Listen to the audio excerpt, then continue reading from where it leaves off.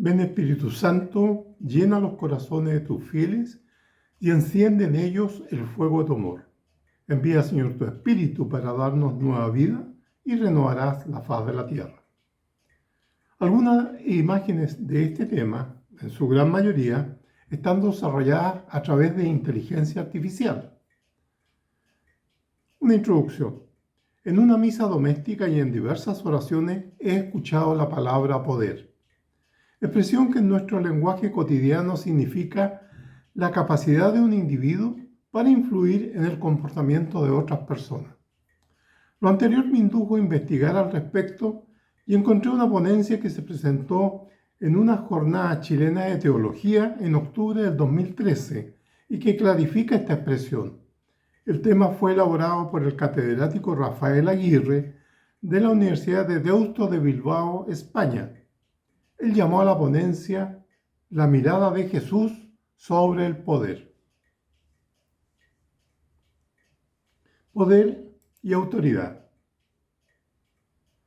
Los seres humanos vivimos normalmente en medio de complejas relaciones de poder, distinguiendo cuidadosamente entre poder y autoridad.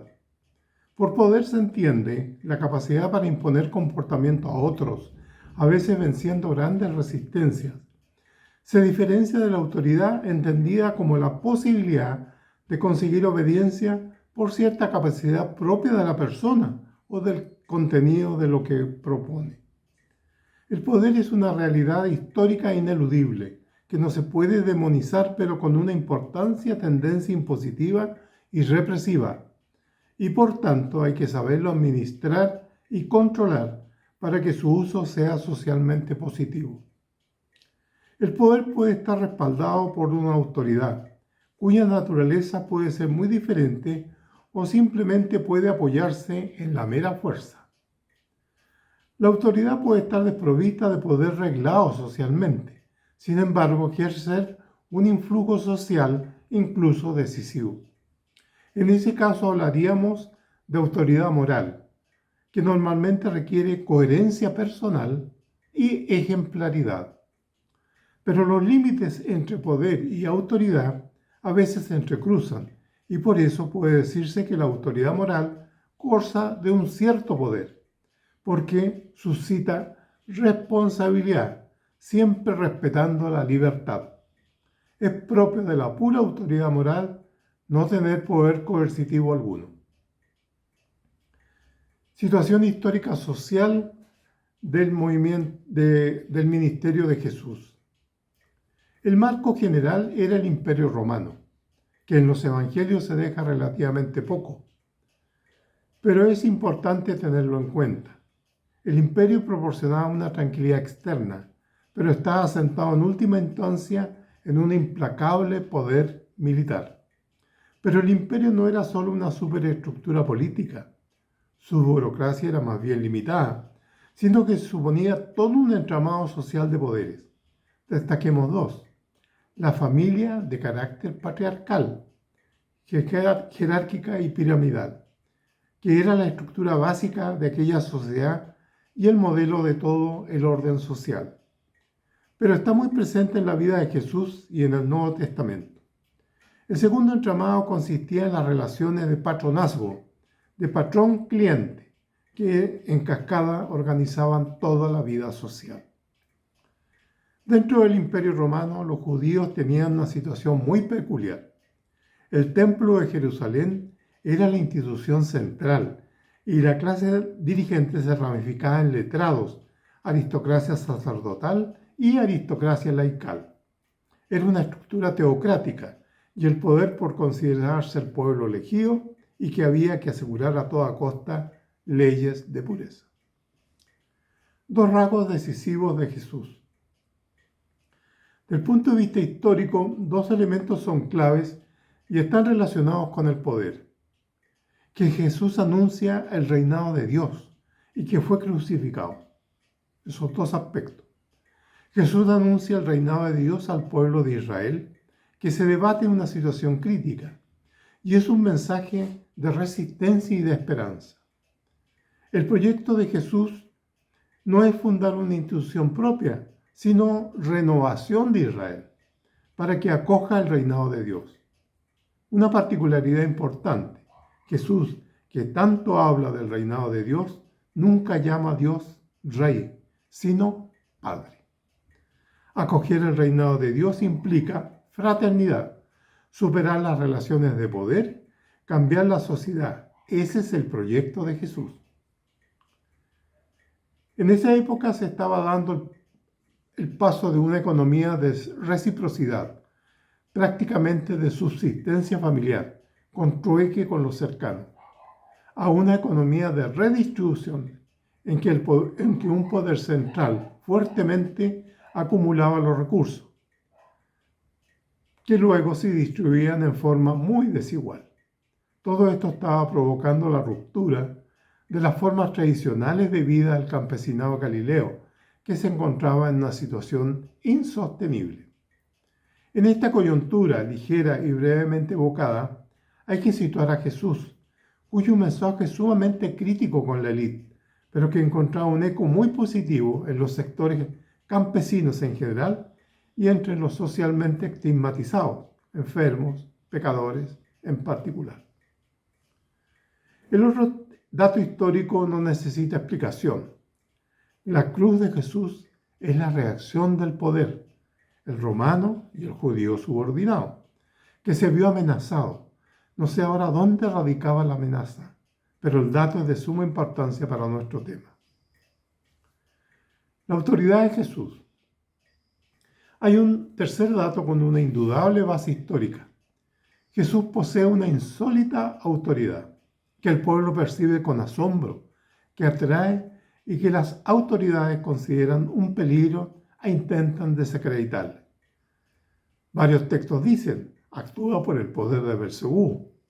Les enseñaba como quién tiene autoridad y cómo no los escribas. ¿Qué es esto? Una doctrina nueva expuesta con autoridad. Manda hasta los espíritus impuros y le obedece. El Hijo del Hombre tiene poder de perdonar los pecados. Esta autoridad se pone manifiesto de manera insoportable para las autoridades sacerdotales del templo, que le piden cuentas. ¿Con qué poder haces estas cosas? No es una autoridad legal, porque Jesús no puede presentar nada que acredite sus conocimientos, ni tiene estudios de escriba. Tampoco goza de una autoridad tradicional, la que podría conferirle el ser cabeza de familia de una casa prestigiosa o pertenecer a un linaje al que se le atribuye autoridad hereditaria, como era el caso con las familias sacerdotales. Podríamos decir que es una autoridad carismática, que hunde sus raíces en una experiencia profunda, personal, y encuentra eco en la gente que percibe la autenticidad y ejemplaridad de esta vida. Llegamos a algo muy importante. Es lo que antes hemos llamado autoridad moral. Es la autoridad de la verdad, pero sin poder coercitivo, con respeto absolutamente a la libertad. Más aún, rechaza el poder restrictivo, que usa la fuerza como una tentación, como algo que le desvía de su camino. El poder fue la gran tentación de Jesús. Le tienta para que recurra al poder con toda su dimensión histórica y represiva. La gente que le quiere hacer rey, el diablo, sus discípulos, los que se burlan a los pies de la cruz. Por su importancia debería decirse que Jesús prepara para la plenitud humana definitiva la irrupción del más allá de Dios. Rechaza el uso del poder, que por necesario que sea históricamente, ese poder siempre es manifestación de lo temporal y relativo o incompleto. Las ansias de poder de los discípulos. El Evangelio de Marcos se dirige a unas comunidades en torno al año 70, en las que inevitablemente se plantea cómo organizarse. Tiene que abordar, por tanto, de una forma nueva el problema del poder, del liderazgo, de la vida comunitaria de unos grupos. Y esto se refleja en el relato teológico que hace de la vida de Jesús. Vamos a considerar la sección del camino a Jerusalén, que está jalonada por 3 anuncios de la pasión. La respuesta en todos los casos de incomprensión de los discípulos a la que sigue una enseñanza de Jesús sobre el poder y el servicio. La gente tiene un concepto positivo de Jesús. Unos dicen que es Elías, otros que es uno de los profetas. Pero vosotros, ¿quién decís vosotros que soy yo?, pregunta a los discípulos. Como siempre, Pedro es el portavoz. Tú eres el Mesías. Ustedes saben que la respuesta es teóricamente correcta. El Evangelio de Marcos comienza así: inicio el Evangelio de Jesús, Mesías e Hijo de Dios. Por eso es chocante que Jesús mantenga al menos una reserva ante la respuesta de Pedro. Impone enérgicamente silencio. No le interesa la fidelidad de la afirmación, sino la práctica que desarrolla. En efecto, entonces, empezó a enseñarles que el Hijo del Hombre debía sufrir mucho. Es el primer anuncio de la pasión. Hay otro contraste a lo anterior. Quien acaba de confesarle como Mesías, le reprende, porque no acepta el camino de la cruz. Pedro, tomándolo aparte, se puso a reprenderle. Pero Jesús, mirando a los discípulos, Pedro expresaba siempre el pensar de todos, reprendió a Pedro. Pedro reprende a Jesús y Jesús reprende a Pedro. A continuación vienen unas palabras de Jesús que muy frecuentemente se traducen de forma incorrecta. Y dicen así: ponte detrás de mí, Satanás, porque tus pensamientos no son los de Dios, sino los de los hombres. Pedro es Satanás, en la medida en que espera que Jesús siga el camino del mesianismo judío convencional, glorioso, vencedor de los enemigos del pueblo, que establece su propio reinado y no acepta el camino que Jesús empieza a proponer, el de servicio que acaba en la cruz. Pero Jesús no le pide a Pedro simplemente que se vaya y se aleje. Se suele traducir comúnmente como apártate de mí. Le dice en realidad, ponte detrás de mí. La misma expresión que utiliza en el versículo siguiente. Si alguien quiere venir detrás de mí. Es la misma expresión griega en dos versículos seguidos, que por tanto hay que traducir igual en ambos casos. Es decir, Jesús está volviendo a proponer a Pedro y a los discípulos de la primera hora el seguimiento y que se pongan detrás de él, ahora porque el camino se ve que pasa por la cruz. Después de estas palabras a los discípulos, Jesús enseña a ellos y a la gente. Penetra en el valor lleno de humanidad y alternativo de su opción. Quien quiera ganar su vida la perderá, pero quien la entregue por la causa del Evangelio la ganará. Es un punto clave en la enseñanza de Jesús, la invitación a entrar en la lógica del don, del dejar tener el centro en el yo, de la entrega gratuita, de superar la mera relación entre las personas. Es la lógica abierta por el reinado de Dios que ensancha el horizonte de la vida humana, enriquece las posibilidades de actuación y aumenta la creatividad moral.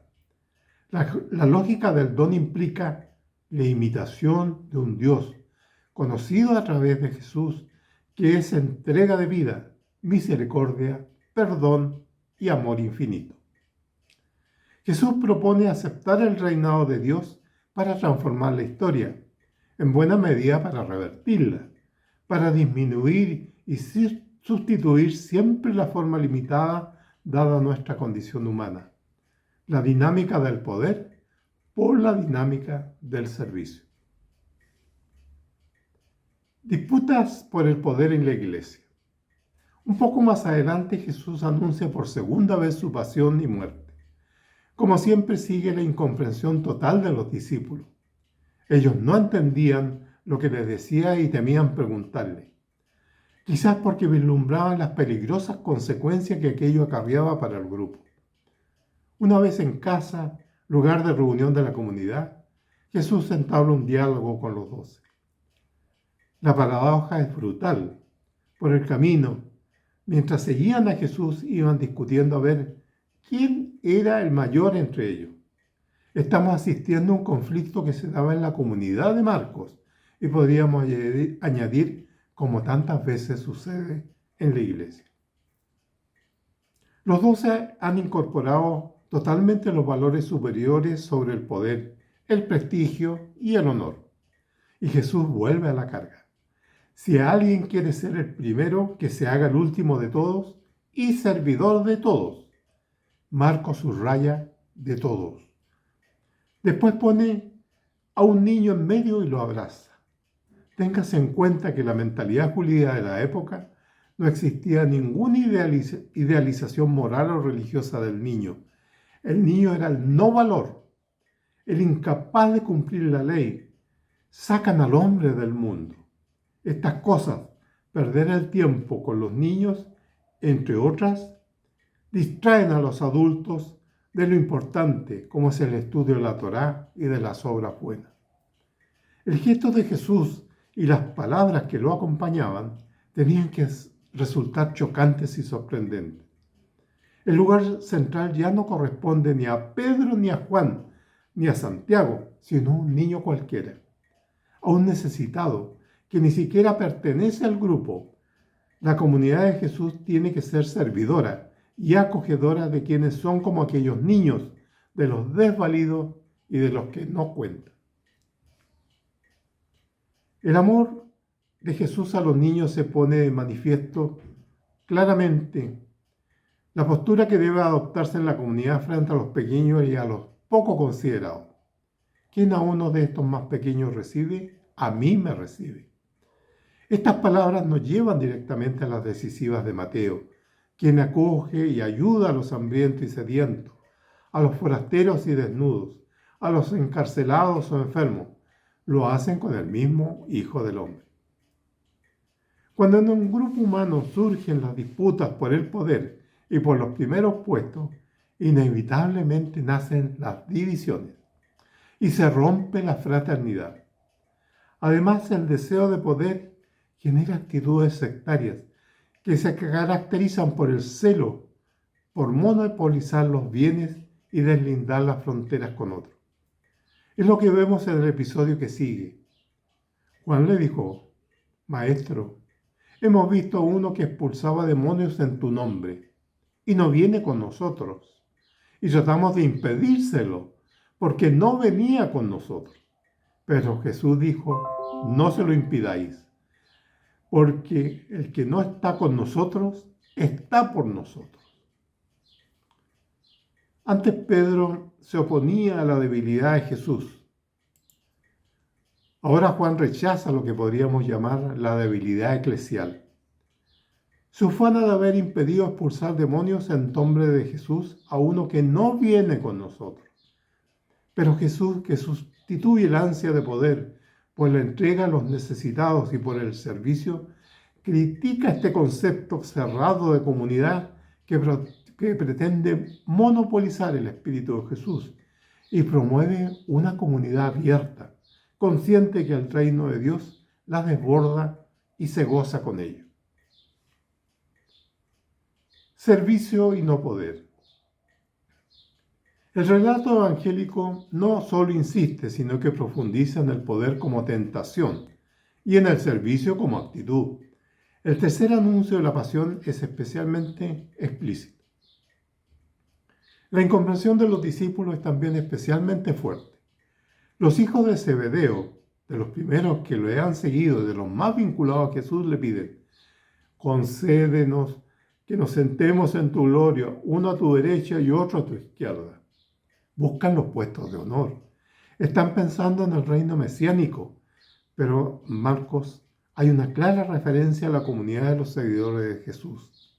En todo caso, se está presuponiendo una visión piramidal de las relaciones humanas y en el ejercicio habitual del poder. No sabéis lo que pedáis, le dice Jesús. Sigue un diálogo con una notable carga irónica, creo yo, sobre si se puede beber del cáliz y recibir el bautismo que esperan a Jesús. Los zebedeos se consideran plenamente capaces de participar en el destino de Jesús. Pero los otros 10 se indignan contra Santiago y Juan. Todos aspiran a los primeros puestos. Y así como hemos visto, surgen las rencillas y se rompe la fraternidad. Entonces Jesús interviene con unas palabras especialmente terminantes. Comienza diciendo: lo que parece ser jefes de las naciones las dominan como señores absolutos y los grandes las oprimen con su poder. La expresión parecen ser jefes está cargada de ironía y profundidad. Parecen ser jefes, tener el poder, pero en realidad están atrapados y son piezas de un sistema de dominación al que sirven y del que no pueden escapar, lo que tampoco los exime de responsabilidad. En el Evangelio hay dos casos de cómo ejercen el poder que parecen ser jefes de las naciones. Ojo con estos dos ejemplos porque tú lo puedes asimilar a los casos de poder en el mundo político. Herodes, el día de su cumpleaños, da un banquete a sus magnates, a los tribunos y a los principales de Galilea. El banquete es el lugar por excelencia donde se expresa el honor del anfitrión. La danza de la hija de Herodías gustó mucho a tan distinguidos comensales y a Herodes, hasta al punto de que éste le prometió darle lo que pidiese, hasta la mitad de su reino. La muchacha, siguiendo la intriga a su madre, le pidió la cabeza de Juan el Bautista. Herodes, respetaba a Juan y lo escuchaba con gusto, pero no podía negarse a la petición, a causa del juramento y de los comensales. Está en juego su honor, ha dado su palabra en el contexto más solemne, está atrapado por un sistema de dominación. No se trata de culpar a Herodes, pero sí de ver que es una pieza de una red de poder que controla aquella sociedad. Otro caso interesante es el de Pilato, prefecto romano de Judea. Está convencido de la inocencia de Jesús y también quiere liberarlo. Pero las presiones de las autoridades judías, el griterío de la chusma, la dependencia del legado de Siria le llevan a ceder y a mandar a Jesús a la cruz. Tampoco se trata de culpar a Pilato, sino de ver que está atrapado en un sistema de dominación. Los jefes de las naciones parece que lo son, pero más en verdad son piezas de una perversa y escondida dinámica de poder. Continúa el texto, pero no hace así de entre vosotros. Una afirmación tajante, en presente, en la comunidad cristiana no caben estas actitudes. Debe visibilizarse unos comportamientos radicalmente alternativos que se describen a continuación. En un salmo decía: si alguno quiere ser primero, será el último y el servidor de todos. En otro no dice servidor, sino esclavo, que es mucho más fuerte. Los esclavos en aquel tiempo ejercían funciones muy diversas y algunos requerían cierta formación. Eran pedagogos o maestros, pero su condición era ínfima en la escala social porque carecían de libertad. Eran propiedad de sus amos, tenían que estar a su plena disposición, servirlos y cumplir su voluntad. Jesús utiliza una metáfora de una radicalidad total. Supone una vuelta atrás de los valores convencionales en las relaciones humanas. La comunidad cristiana plantea una alternativa radical. El versículo final de estas palabras de Jesús y en realidad de toda la sección, porque presenta la justificación cristológica de las actitudes que Jesús exige. Dice: porque el Hijo del Hombre no ha venido a ser servido, sino a servir y dar su vida en rescate por muchos. Jesús tiene toda la autoridad dada por Dios, que el pueblo percibe y queda sorprendido, pero ha estado totalmente al servicio de los seres humanos. No es un poder impositivo que fuerce la libertad. A veces se dice que Jesús tiene poder, que sana, pero que no utiliza para favorecer su persona o su misión. Le retan por ello, pero Jesús no tiene poder para bajar de la cruz. La libertad de la que Jesús habla se encuentra en una sociedad nueva y alternativa, en la que nuevos valores y nuevas relaciones hacen libre a sus miembros. La llamada a ser esclavos de todos no es mera llamada a la humildad y a la amabilidad a los líderes de la comunidad, sino una llamada a practicar el liderazgo de una forma subversiva respecto a la red de poder que existe en el mundo. Lucas de manera importante sitúa las palabras de Jesús en un banquete y además alude en ellas a lo que sucede precisamente en un banquete. Cito el versículo final. ¿Quién es mayor? ¿El que está a la mesa o el que sirve? ¿No es el que está a la mesa? Pues yo estoy en medio de vosotros como el que sirve. Parece que Jesús está sirviendo a la mesa. Lo propio de los líderes de la comunidad cristiana no es el honor ni el primer puesto, sino el servir de ejemplo de Jesús. Los banquetes son por excelencia donde se refleja el orden social y las relaciones de poder. Pues bien, en los evangelios, sobre todo en Lucas, Jesús en los banquetes adopta comportamientos contraculturales que levantan críticas y murmuraciones, porque es el mejor lugar para expresar su forma alternativa de entender las relaciones sociales. Y esto nace de su peculiar experiencia de Dios. Dios no es el Todopoderoso, sino el Misericordioso. La mediación histórica de Dios no es el poder, sino el servicio. Esto es lo que tiene que visibilizar como comunidad cristiana con su vida interna y convertirla en una apuesta para transformar la sociedad. En las tradiciones religiosas, desde luego, en el culto imperial romano, se identificaba a Dios con el poder. La influencia griega que muy pronto experimentó el cristianismo hizo que el Dios de una determinada filosofía fuese sustituyendo al Dios de Jesús. Así la primacía del poder se sobrepuso a la primacía del amor. El Dios todopoderoso de la cultura griega pronto suplantó al Dios que se reveló en Jesús, que nació y vivió en debilidad y pobreza, y murió ejecutado entre malhechores. A lo largo de los siglos, la institución eclesiástica, más preocupada por su poder que por su autoridad moral, al hablar del misterio de Dios, ha insistido más en su poder infinito, a partir de las consideraciones filosóficas, que en su misericordia sin límite, como se expresa en la vida de Jesús. En la historia no hay que buscar a Dios en el poder, en la magnificencia, en lo deslumbrante, sino en los crucificados, en los hambrientos, en los sedientos, en los enfermos y desnudos, en los encarcelados y forasteros.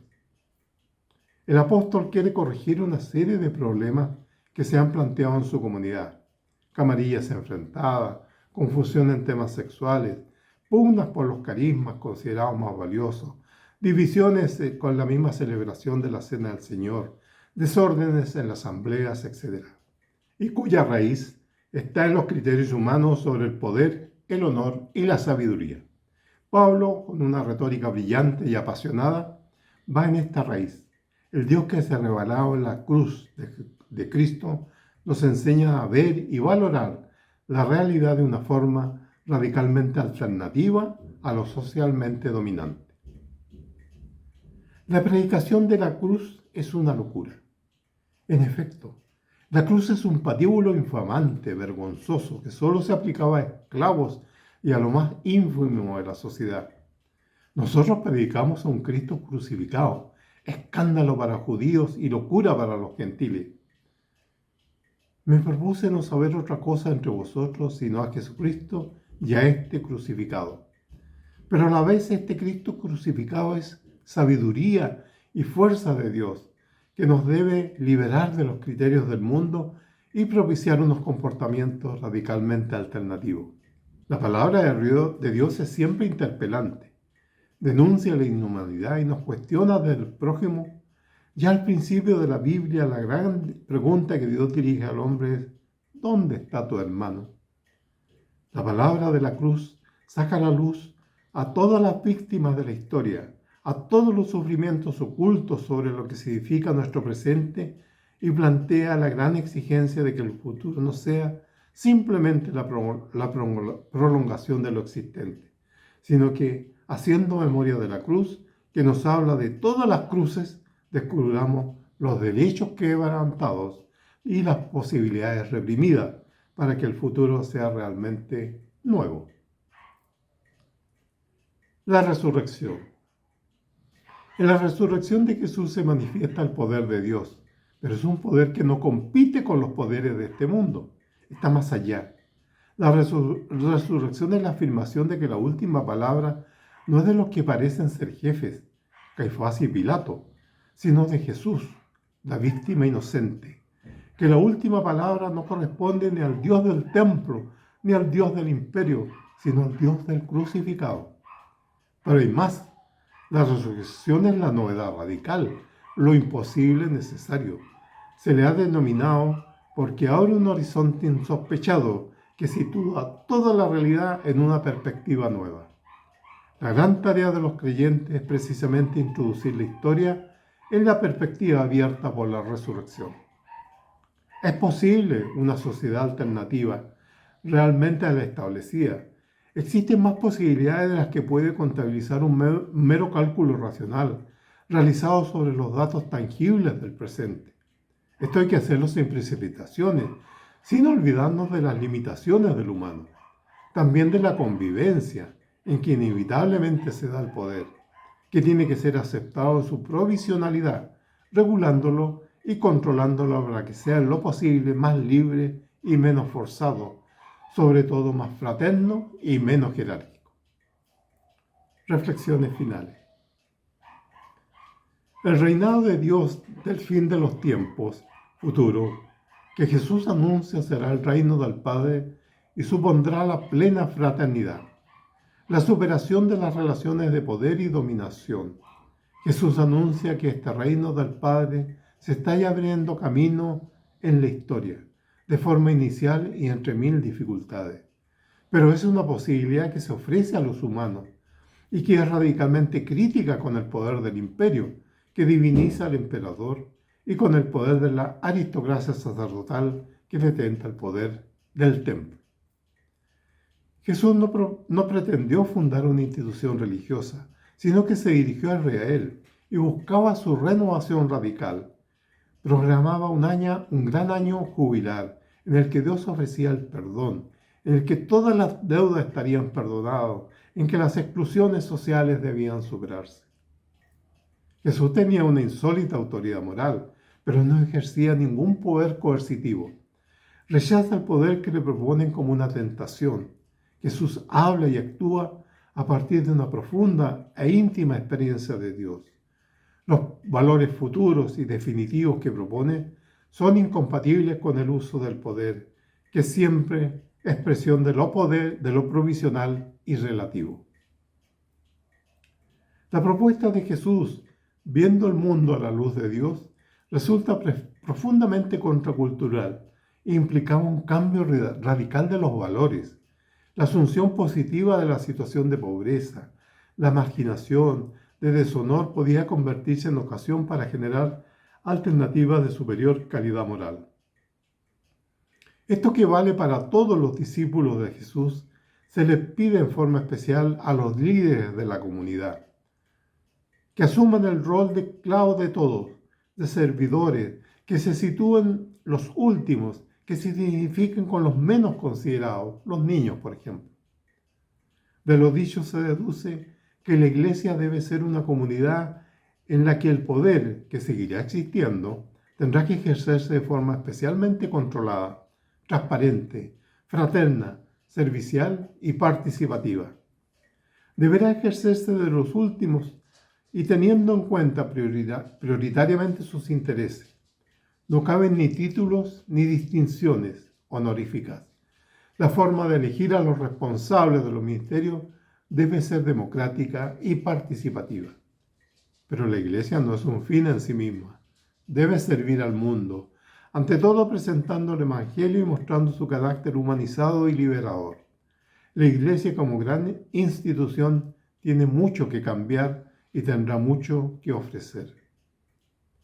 Algunos han hablado de comunidades de contraste, porque se plantan ante el mundo sin mezclarse con él y presentándole los valores alternativos del reino de Dios.